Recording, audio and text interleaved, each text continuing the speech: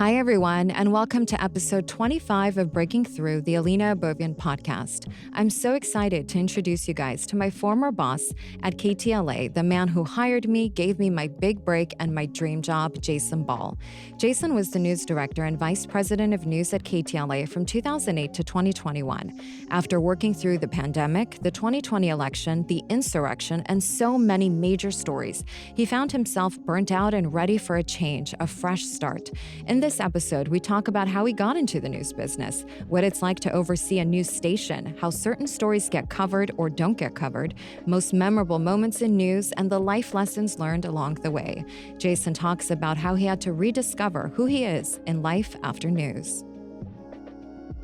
Jason Ball, welcome to the podcast. Oh, thank you so much for having me. It's so good to see you. So good to see you too. It's been a few years, but this is such a special moment for me because you're the man who gave me my big break, my job at KTLA exactly 10 years ago. Well, you have proven yourself and you earned it and you're off to the races. You were the news director at KTLA from 2008 to 2021. Why did you leave in 2021? Well, I'd been there for 12 years, which is kind of probably 100 years in dog news director years. The pandemic was a tough time. The election was a lot. The insurrection was a lot. So it was just time for me to kind of go and do something else. I've been in the business since I was 21. Wow. I started when I was 21 and I was 50, about to be 51. And we just decided it's time to do something else. Time to do something else. When did you first start in news, or how did you first start in news? So it's interesting. I stumbled into a radio TV program in Arkansas. I grew up in Arkansas and I didn't really know what I wanted to major in, but I thought it was kind of interesting. And so I started taking some classes and it was cool. But then I did an internship at a TV station in Memphis, Tennessee. And I was like, these are my people. This is the cool thing. You get to make a TV show every day. You create this, you take this raw information and you make it into an opportunity for people to understand what's going on in their world and their community. And I just thought it was really amazing. How did you get to LA? LA was a journey. I was actually lucky in some ways because a lot of people start out in these tiny little markets like Tallahassee, Florida or somewhere in San Luis Obispo. San Luis Obispo. So I started in Memphis, which is not a big market, but it's not a small market either. Mm-hmm. And then at the time in the late 90s when I was in this, producers were a commodity. If you had a good producer reel and you kind of knew what you were doing, you could pretty much get a job. And my boyfriend then, my now husband, and I decided we wanted to go to Miami. So we went on vacation in Miami and I interviewed at every TV station in the market and got 2 job offers and I took one of them and we literally loaded up the truck and drove to Miami. How would you describe what a producer does? Because majority of my listeners, they're not very familiar with news. They watch the news, but they don't really know what these titles are. What is a producer? What is a news director? Right. So that's a great question because in TV news, a producer is in charge of the content of a newscast, whether that's a half-hour newscast or an hour newscast usually. And they take the story. Sometimes the executive producer tells them which stories they can have or which reporters they can have, but then they produce a newscast around that and add other stories to it. So it's a creative job. It's also a little technical because you're building a rundown and you're building out kind of how the show flows and that sort of thing. So you try to build it in an arc. You have your big story at the beginning, and then you have some other stories. And you always like to end the first segment on something a little lighter, or at least a little neutral. And the kicker. The kicker. And then you tease something for the next to keep the audience through the commercial break. So it's a really fun job. It's a creative outlet for sure. A producer once told me in Fresno, the end of a newscast is like wrapping it up in a pretty little bow and just saying, we scared you to death, but here, no, have a good night. Right. It's all going to be fine. It's all going to be fine. I used to say that a newscast had to be like life. It's got a lot of sad stuff in it, but it's also got happy stuff in it. So it should be all around. How would you explain the cardinal rule in news? If it bleeds, it leads. That is the lead. If it bleeds, it leads. And it's kind of terrible, to be honest. But unfortunately, I think part of it is too, if something horrific happened in the community and you start with something that's kind of not so horrific, it seems weird. Right. So you want to start with that big story or the serious story. And I think that's where it kind of started from. And then it's gotten kind of, blown out or sensationalized a little bit. But I think that's really where it is. We want to start with a thing what was the most impactful story of the day for the community? And that's sometimes, especially in big cities, it's a lot of really tragedy. Sad stories, and we've been front and center for it. So how did you get from Miami to LA? Okay, so we were in Miami for 5 years, and we kind of decided we were itching again, ready for a bigger market. And my husband Troy got a job in Los Angeles, and then we just moved, and I interviewed again. I came out and interviewed at every TV station, and I started working at KNBC as the 4:00 producer. But the interesting thing about that was they were canceling their 4:00 news to make room for Dr. Phil in the fall or the next year. So I knew the job was like, I have to get in and figure out what I'm going to do next already. And then 6 months later, I was hired as the executive producer at KCAL for their primetime news, which was a great job and a great fun job because I'd never really done primetime news and 3-hour block of news. And it was really fun and exciting. We had the Lakers and the Dodgers and the Angels in those days. So it was a lot of fun. And that's when you worked with our former general manager, Don Corsini. Correct. Yeah. So Don was actually my general manager. I was in LA for a little over 20 years, and he was my GM for 19 of those years. Wow. Don is a special man. For sure. He's a legend, and he is Don Corsini, the Don, the Godfather, for sure. He's the Don. I remember when he came to San Diego to offer me the job at KTLA. Mind you, I'd been working for 4 years to one day get to LA and working really, really hard, even in San Diego, sister station to KTLA. But I never thought in my wildest dreams, someone like Don, someone like you are aware, you know who I am, and then Don comes in one day and he's like, we're taking you to KTLA. Like, what? What do you mean? How is this happening? Don't I have to apply for the job? It was literally one of the greatest moments of my life. Oh, that's great. I remember the first time I saw you, I think honestly, I think you were doing a live shot at SeaWorld. I was doing a live shot at SeaWorld.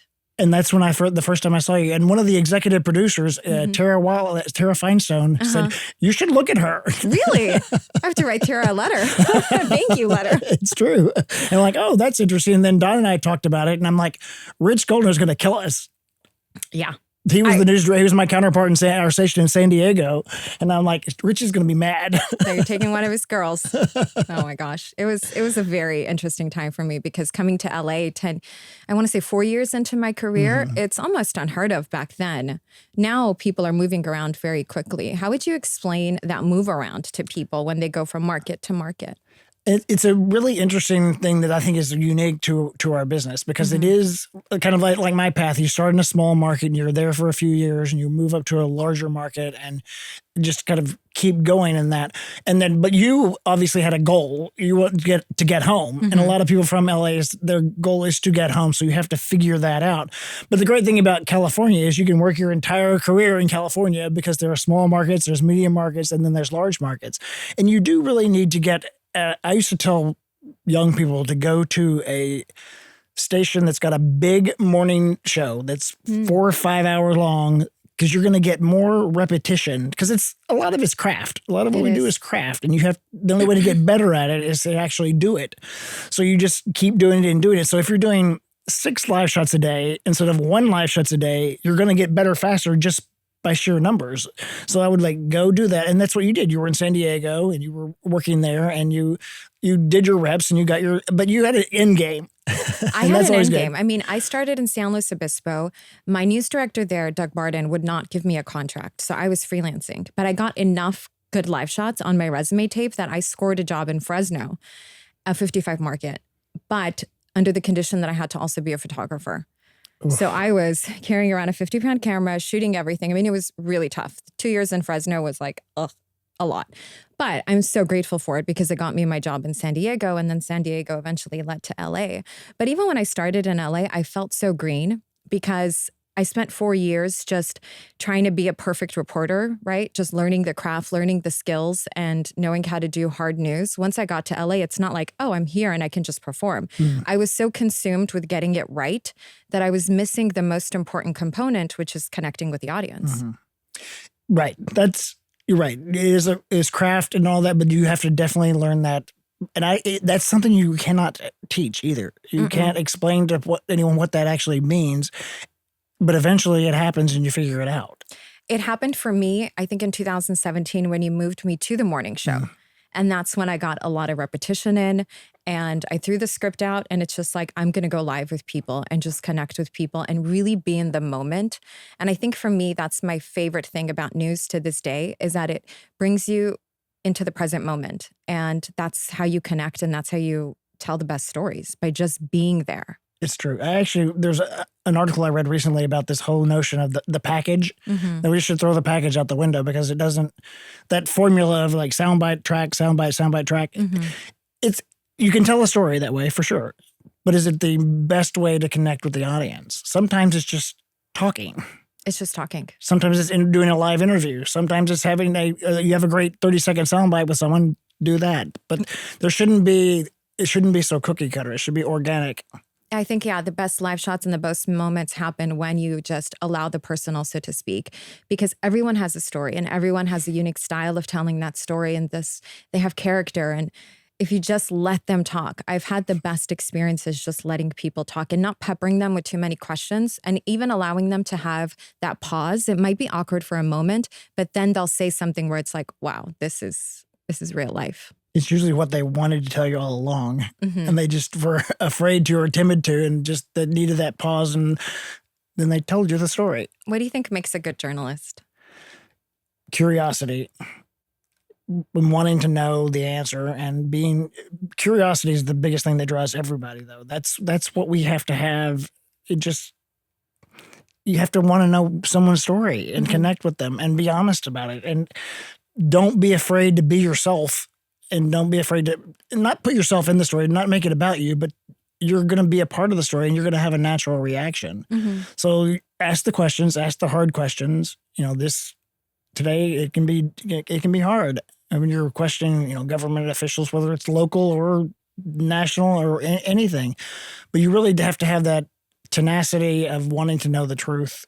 Like the company we used to work for was called Tribune, and Tribune means to shine a light on something. That's what we did, was we shine lights on things that are important.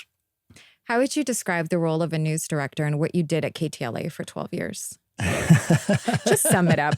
No, you're essentially responsible for all of the news content on the TV station. And the funny part is when I started at KTLA, we were doing 32 hours a week. And then I think when we left, we were doing almost 100 hours a week. So you're really responsible for the... Yeah, thanks for that. the hiring and you're overseeing that. It takes a team for sure. You definitely have to have a good, solid team. You have to have executive producers and assistant news directors and a team, and managing that team and then letting them do their jobs. A lot of news directors, I think, burn out because they want to do everyone else's job too. Micromanaging. Yeah, you can't do that. If they can't do their job, then get someone who can, but you have to really empower people to do their jobs. And that's because you can't be there 24/7 either. It's a 24/7 hour operation. So that's the biggest thing, is that you oversee it all, but you have to know everything that's going on, and you have to be ready for breaking news, and your life is not your own, and you just have to lean into it. But it's amazing. It's an amazing job, amazing rush. And there are certain aspects of it that I miss, but I'm glad I had the experience. You did an incredible job, and this is just me watching as a reporter, of really nurturing talent. Yeah, I saw Marcus go from the evening producer to our executive producer, and seeing Jennifer Thane go from the assignment desk to becoming an executive producer herself. And I think it really does take a special person to see talent in people and to give them that opportunity, even if they're a little underqualified, let's say. I certainly feel like I was underqualified when I started KTLA, but you saw something in me. What do you look for as a news director when you're hiring talent? Wow, that's amazing. I was 38 when I got the job too, so I felt like I was probably a little young as well. Now I feel like I'm 100 years old. But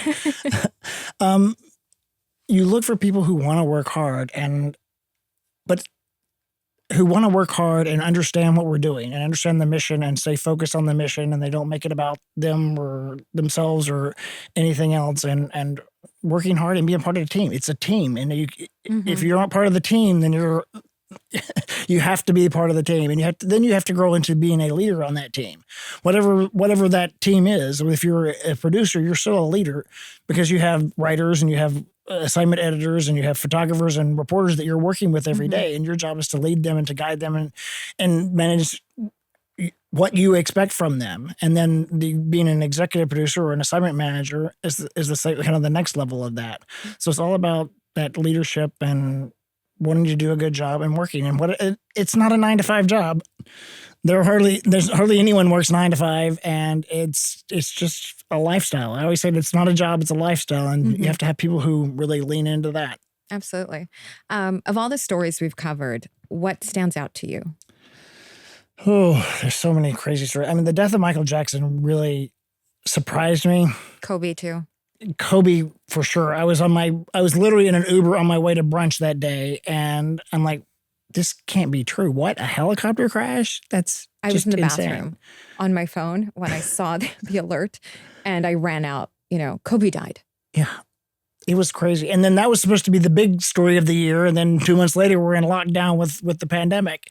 So it's crazy. But then, the wildfires and the earthquakes, and I feel like almost we feel everything on steroids in news because we're part of the shared experience. As a reporter, I've been on the front lines of so many big stories in LA, from Kobe's death to the pandemic to the Borderline Bar and Grill mass shooting, the fires, the Montecito mudslides. I mean, all of these major, major life-changing stories. And you're right there. You're interviewing people. You're seeing the first responders. You're seeing some of the cleanup, the aftermath, or even like the second wave of that incident, repeating itself. And it's like, you are part of the shared experience. What people are watching at home feeling, you're feeling it too. And it's like, I don't think there's any job out there that gives you that experience. Well, not only that, you're experiencing it, but you're also working. So you have to in the moment, you kind of have to set aside and do your job.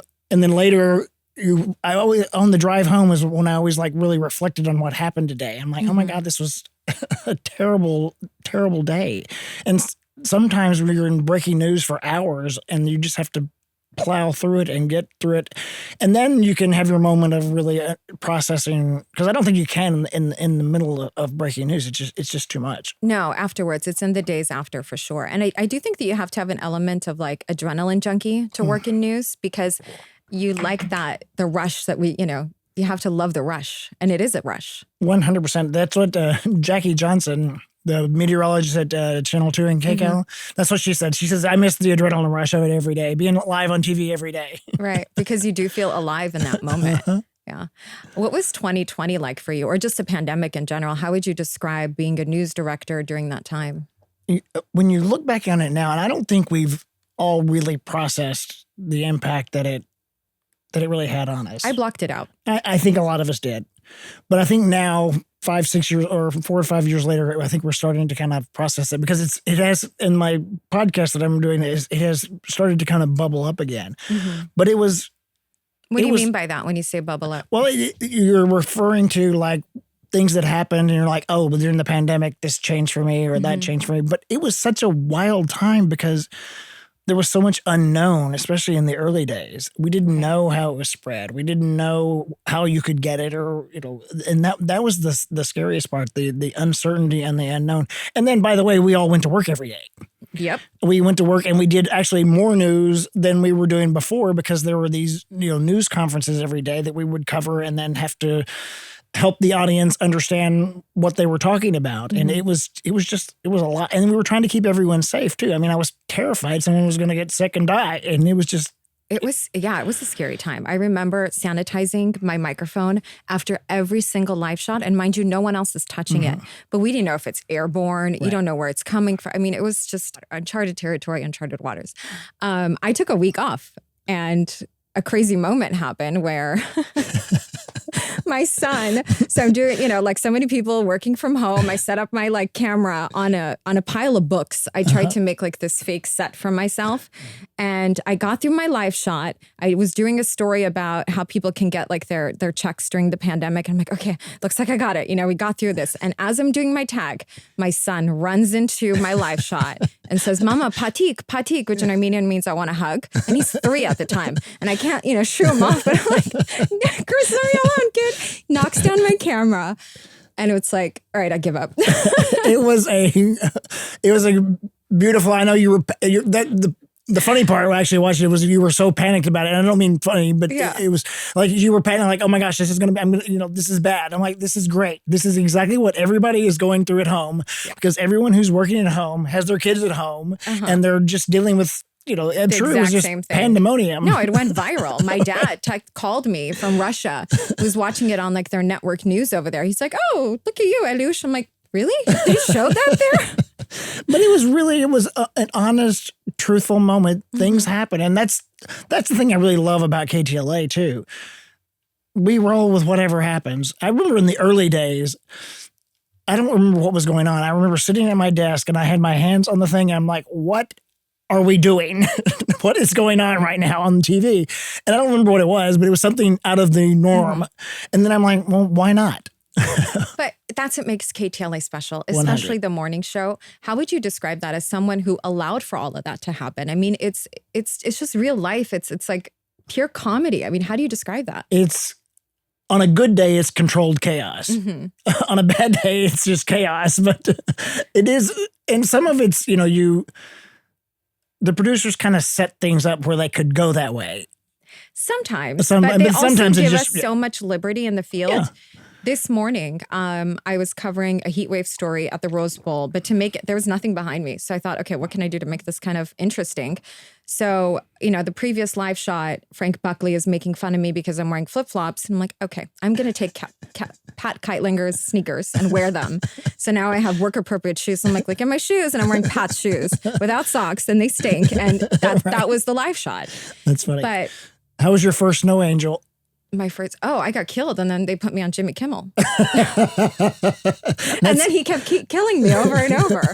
So that's always a rite of passage. The first time any new reporter on the morning news has to cover snow, they have to do a snow angel.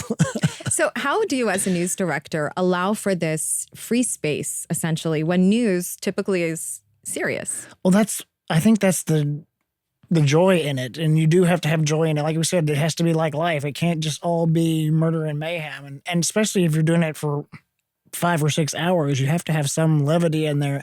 And I think I learned that from the KTLA people, to be honest. And I'm like, okay, I get it. We are who we are. And if we mess up, we're going to go with it, or we're going to act silly here for a moment. And that's okay. It's okay to have that fun. I mean, I've been at KTLA 10 years, but it still is so amazing to me when people come up to us almost every single day saying, I love the morning show. I love the morning show. I love the morning show. Why do you think people love the morning show so much? I don't know, but 2 weeks ago, I was walking down Palm Canyon Drive in Palm Springs, and this man goes, hey, you don't know me, but did you used to work at KTLA? I'm like, yeah. I've been gone for 4 years, and I wasn't even on TV, but he knew who I was. That's how serious those super fans are too. They are, and they're incredible. Like, bless their hearts. I was doing a live shot in, I think, Victorville, and this gentleman shows up and he's like, I drove an hour just to come say hello. And I wasn't creeped out by it because I know that's just, they just love the morning show that much. It's not about me. It's about all those people that really created 100. The magic, and it lives, there's something intangible about it. It really is. And it's true. It's pervasive, and it's a beautiful thing that was created many years ago. I always said I was the steward of it. I didn't really create it, but I was the steward to just kind of get it along and take it into to the next generation or to the next step. What do you miss about it now, being out of news? It's been 4 years now, and at first I said, well, I miss my team, I miss the creativity.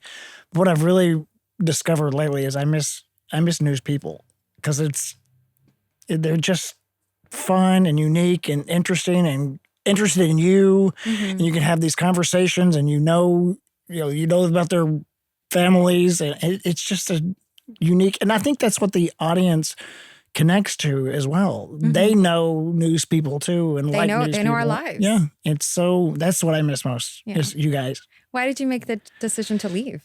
It was time. My husband had retired at the end of 2020, so we decided we wanted to do something different and something together.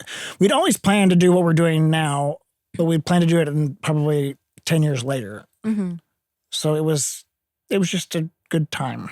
Was it hard to let go of that identity, news director? 100%. And I struggled with that for a long time after it. Because I was literally thinking, if I'm not the news director at KTLA, who am I? Mm-hmm. And who I have to figure out who I am. And then I realized that wasn't who I was anyway. How was that process like for you in really, really rediscovering yourself?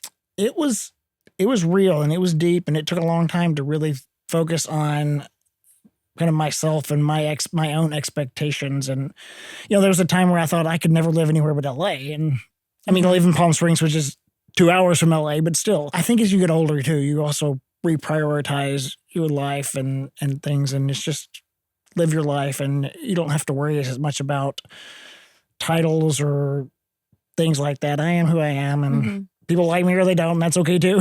Well, I think the essence of who you are, if you can ground yourself in that after such a big change, and then see what else can I do with this, because it's that essence that's going to also be, like you said, you are the steward of KTLA. You can now be the steward of so many other things. It's just coming back to that source of inspiration.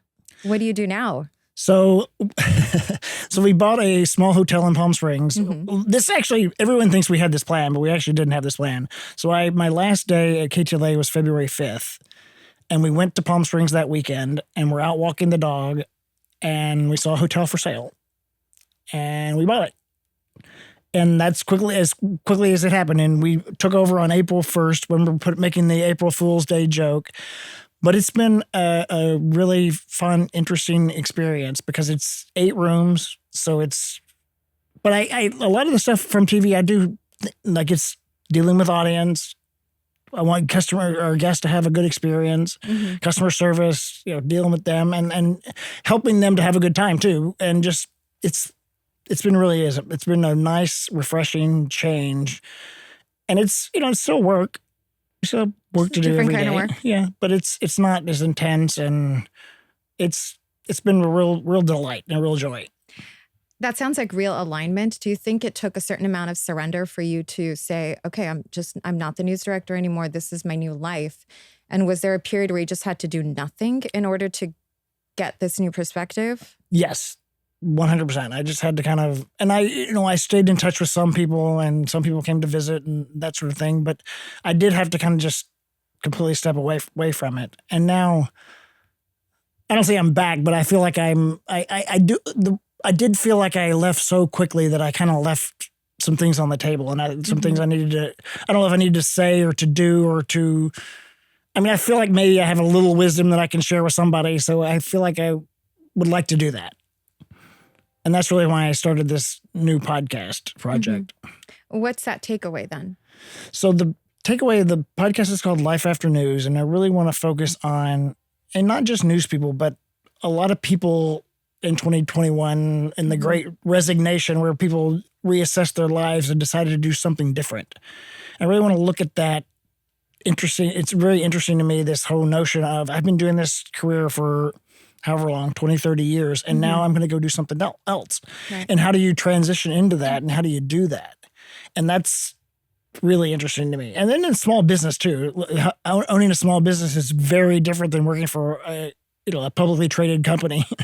Yeah. So, I mean, a lot of people can relate to that, I think, because whether you're leaving a marriage, which I did a few years ago, or you're leaving a job that's so ingrained in your identity, it's so hard because you think, well, what else am I going to do? What am I if I'm not this person? Right. But I think that's when it's like you have this inner knowing that a new version of you is about to come through, but you kind of have to go through that process. And that process is different for everyone. For sure. And it is a process, and it takes time, and it takes a lot of, deep reflection, and but you figure it out. And the thing I think about, what I want news people in particular to know is the skills that we have are very translatable. We have great time management skills. There's nothing we think we can't do. We can tackle any problem and figure it out. Any subject, you can be a quick study on any subject and become an expert on it. Yep. I mean, we are resourceful and smart and tenacious and curious, and all those skills are great, whether you're going to go work for someone else or in some other business or start your own business. I mean, I have an interview with a woman who, I say she was she did hard news, but she had this feature segment, kind of the mommy segment. And she now has an online audience of 2 million people Oh, wow. that she's like engaged with and making money off of. She's like a super influencer. I told her she went off to have a family and gave birth to a media empire. So those are the things that are really interesting to me. Those the stories. Pivot. The You never pivot. know. You never know where it could take you. So now you have the hotel. You're the innkeeper at the Old Ranch Inn. You have your podcast, Life After News, and also you're the publisher of Desert Dispatch. So to your point, you are doing so many different things now. So the Desert Dispatch is an interesting thing because I feel like we had this audience from the hotel, and we used to own this other a bar. So we have all these emails. And I'm like, there's got to be something I can do with this. So I started and I think it's because of my news background. I'm like, so I started a newsletter, and it's newsy, but it's also more lifestyle, and we feature different things going on in Palm Springs and in the desert. And it's been really fun to do too. So it's kind of like being back in journalism, like tipping my toe into it a little bit. But on your own terms. But on my own terms, yeah. And, looking at you now, I haven't seen you in a few years, and we haven't worked together in a few years. I feel like you've allowed more spaciousness into your life and embraced simplicity. 100%. How does that feel? That feels great. I'm in the same boat. I've scaled back on so much in my life and stayed in that scaled back state for a year, I want to say. And now I'm slowly adding a little bit more into my life, with this podcast and other little things that I'm doing. But it really is that when you let go of so much, you need the moment for that dust to settle and for you to say, okay, what am I doing now? And also, how do I make peace with what I left behind? Because there is so much that we leave on the table, and, you can have resentment, or you can have unfinished business and healing that you have to go through, even with a job. It does take healing to say, I honor what it was, and I'm okay now leaving it. It's true. I mean, any kind of major life change like that is, and it's kind of that notion of the phoenix. You got to let the dust settle before you can re-rise out of it. But I had some anger. I don't know really who it was focused at, but I was angry for a while over it. But then what were it's okay. you angry about? I don't know exactly what I was angry about. I don't know if it was just, I was so frustrated. I was stressed out when I left. I really was very stressed. I needed to take a break from that. And I think I didn't know how to, because of the situation with the pandemic in particular, the stress level was so high that I didn't really know how to process it. And I think I had to process that by stepping away. Do you think you made the right choice? Yeah. I don't have heartburn anymore. You look very calm and very peaceful. That's good. And you were never a stressed out news director. Like you didn't have like that neurotic, newsy, vibe. You were always very calm, I think. Oh, thank you. That was probably a little bit of a facade. But I think that it was just, it is stressful, and you have to, but I just had to step away. And it takes several years, I think, when you start working in news to really understand how to control your nervous system, because news can throw you if you don't have that way of bringing yourself back to center. That's true. Like what we were talking about in breaking news, you have to get in breaking news mode, and you're here to do your job, and then you have to kind of push down the emotion of it until later. But I don't want to leave the impression that being the news director at KTLA was a great job. It was the best job of my life, and I loved it so much. And the news business I still love. That's why I'm doing this, is because I want to highlight the good things about news and journalism and TV news in particular, because it is a great job and a great public service to the community. I mean, we were still the major connection to the local audience. That's where people turn to find out what's going on in their world. Do people ask you if you recommend for younger journalists to get into this business? Considering, I mean, let's face it, it is a shrinking business. Yeah. It's not what it was 20 years ago. So do you recommend that people still get into news? It's a tough business because technology plays a lot into it too, because now you don't need as many people to do things because of some of the technology, but it's still a great business. It's just, know that it may not be your job for 30 years. It may be your job for 5 years. And we've all had colleagues that do it for 5 or 6 years or 10 years and then go on to do something else. So it's a great life, but it's not for your life forever. Right. How do you see news changing in the future? That's a great question because I think more and more people are getting their news differently. Mm-hmm. Part of the reason I explored this newsletter notion as well is because I realized my own behavior. There are 3 newsletters that I read the first thing I do in the morning is I get up and I read those 3 newsletters. Mm-hmm. And I'm like, oh, this is interesting that I'm consuming news differently than I did. I mean, I'm old. I used to read the newspaper. The first thing you do is go out in the back door and you get the newspaper and you read it in the morning. So that's not a model anymore. But morning news still has legs, I think. I think morning news still, and probably late news too, still has legs. Daytime news is kind of companion TV as much as it is, except when there's breaking news, of course. When there's breaking news, then it's all important. But I do feel like people are getting their news and connecting in different ways, whether it's YouTube or Instagram. And the important part, I would say to the viewers and the audience is, don't pick someone just because you agree with them. Pick someone because they're actually doing their job and they're really working and not spinning. I think it's tough nowadays because people have access to so much information that people pick and choose what they want to watch. And oftentimes they pick what agrees with how they think. Right. And I would say challenge yourself. That was the thing that I used to say this to you about the kind of loss of the physical newspaper is every day I would find a story that I would not have probably read otherwise. It would not have piqued my interest, but there was always something in the paper that I'm like, oh, that's interesting. And I would have never thought to have read that story. And now you don't have that kind of curated newspaper for people to go through because you're right. It's all focused on. What would you say to people who believe that news is very biased? I believe that the vast majority of journalists are smart people who want to tell the truth. Mm-hmm. There are a few. Do you think there's a slant? I don't think there's an honest slant. I think I worked very hard to not show my particular any views or biases, but you can't help it in some ways. But I think it's certainly not intentional. And I think we work very hard to show multiple sides of a story. We always said 2 sides of the story, but sometimes there's 6 sides to a story, and sometimes there's 1 side to the story. Pedophiles are bad. Right, of course. We don't need to interview his mom to find out, what he was like as a child. No, I absolutely agree with you. And for me, the hardest time in news was during the election.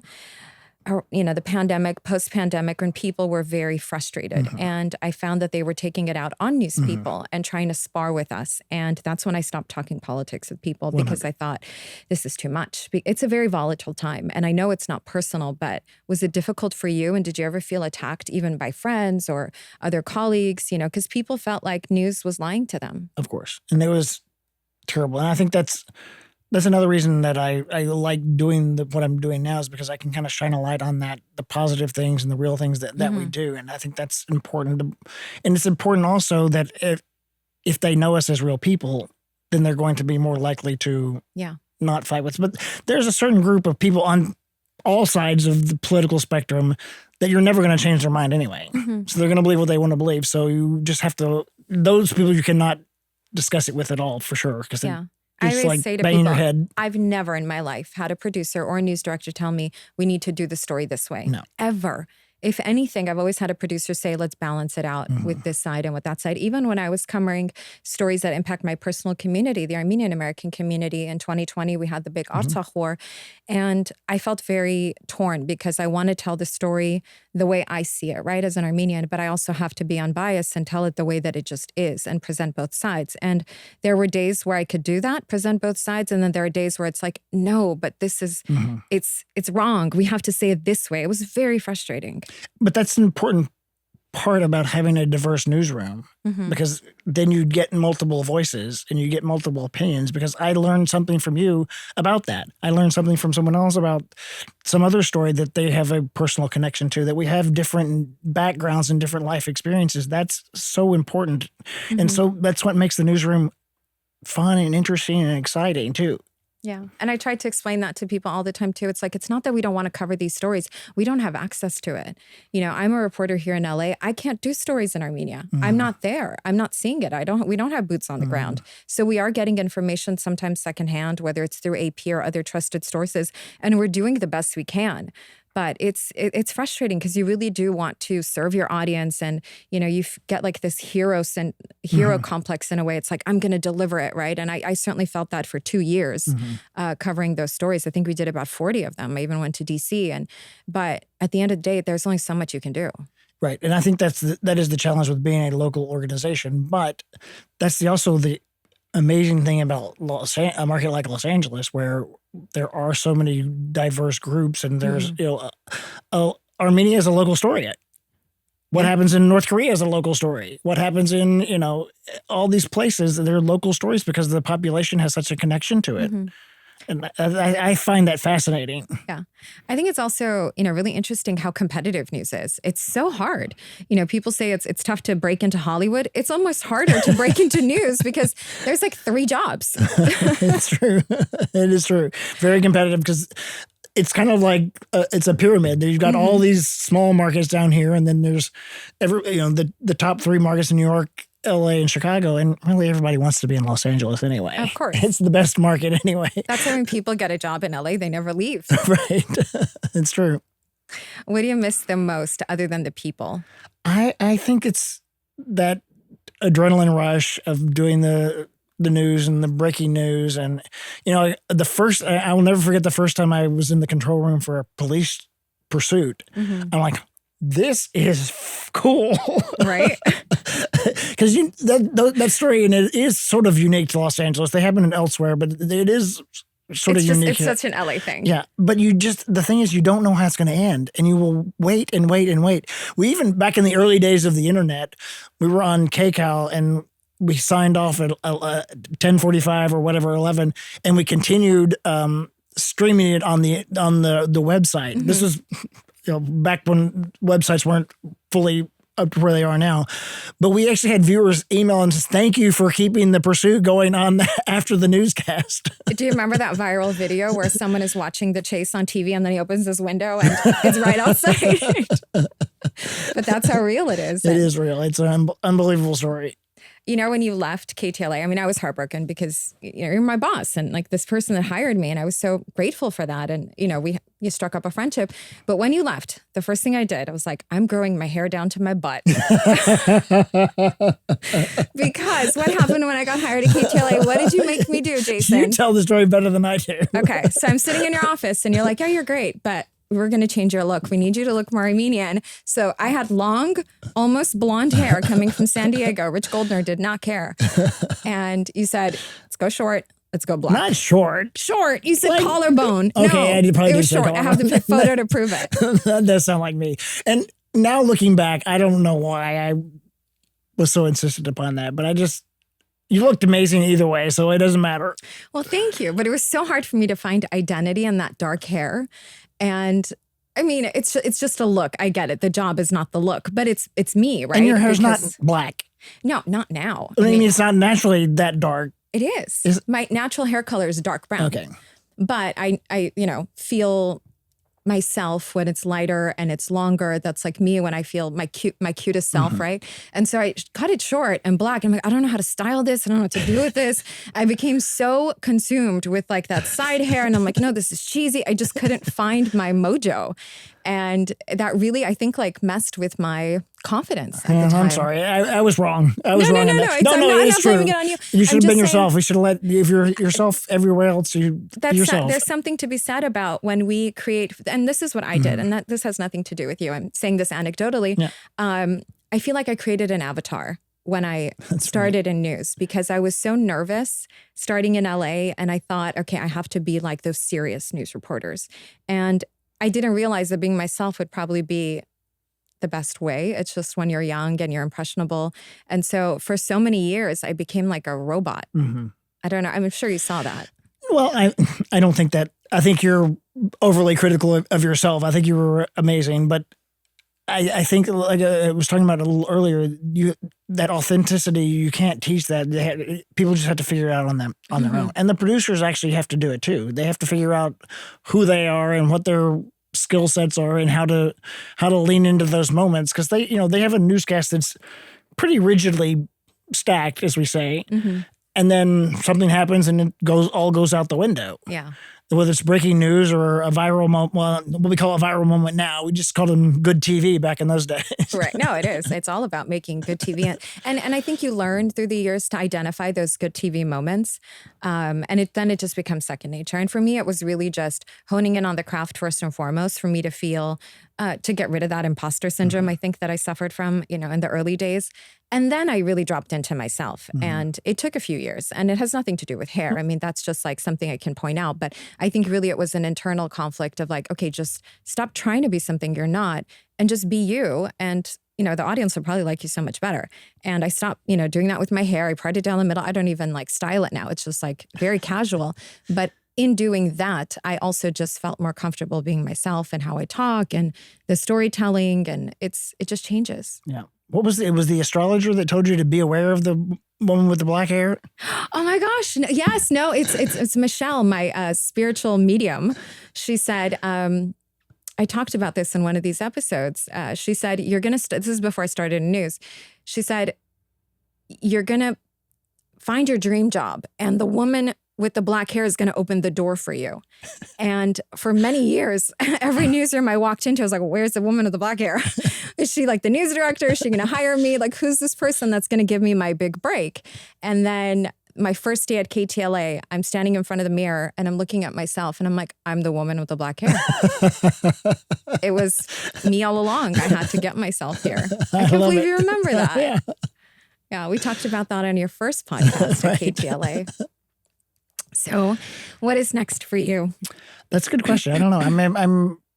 I feel like I'm in a little bit of a renaissance right now. I'm digging this new opportunity to have a voice and kind of connect and reconnect with an audience. The feedback I've gotten and the connections that I've made with not just the people I've interviewed, but with people I'm, looking for a little promotion for, or just the comments that I'm getting from social media has been really, really interesting and fun to talk about. And I think I think people want to talk about things. People want to talk about their careers and their frustrations, but also their desires and their wants for their careers too. And I think absolutely. And there's exciting. So many untold stories coming from people who've worked in news, because for a really long time, we weren't allowed to have other platforms. We were very much just like, if you're a reporter, you stay a reporter. If you're a news director, that's what you do. But now there's so much liberty. And it is really nice to be able to see all these different perspectives, because to be someone who's worked in news, you really have seen so much. And you have a very unique way of storytelling. And so I think it's incredible that you've started something like this, and we can learn about all these people who, whether left the business or, just tapped out. Yeah, it is fun and interesting, and I think there's something to learn from everybody, and it's fun too. We have a laugh, reminiscing about the old days. I think the audience will get some of our jokes. Where can people find your podcast? So it's the Life After News. It's on all the major outlets: Apple, iHeart, Spotify, and then I have a YouTube channel too, so you can see the video versions there. And where can people find you? They can find me at Mr. Jason Ball on Instagram, and then at Life After News. And then I'm also on LinkedIn, which is a great place to talk about careers and that sort of thing. So I really leaned into LinkedIn lately, and I really like that space. Great. Well, this has been so special for me and such a full circle moment, and truly, truly so special. I mean, you gave me my job at KTLA 10 years ago, and never in my wildest dreams did I think we'd be here, you're my boss, because I always see you as my boss, and now you're sitting here in my office. So, well, thank you for having me. I appreciate it. I'm so happy and proud for you of your life and how you've created your own new life, and I think that's amazing. Thank you. Thank you so much. Thank you so much for tuning in to Breaking Through with Alina Abervian. For our community to grow, please like and share, and also leave a review on this episode. Of course, you can find me on social media and let me know what you'd like to talk about in future episodes. Nothing is off limits, so let's have some fun.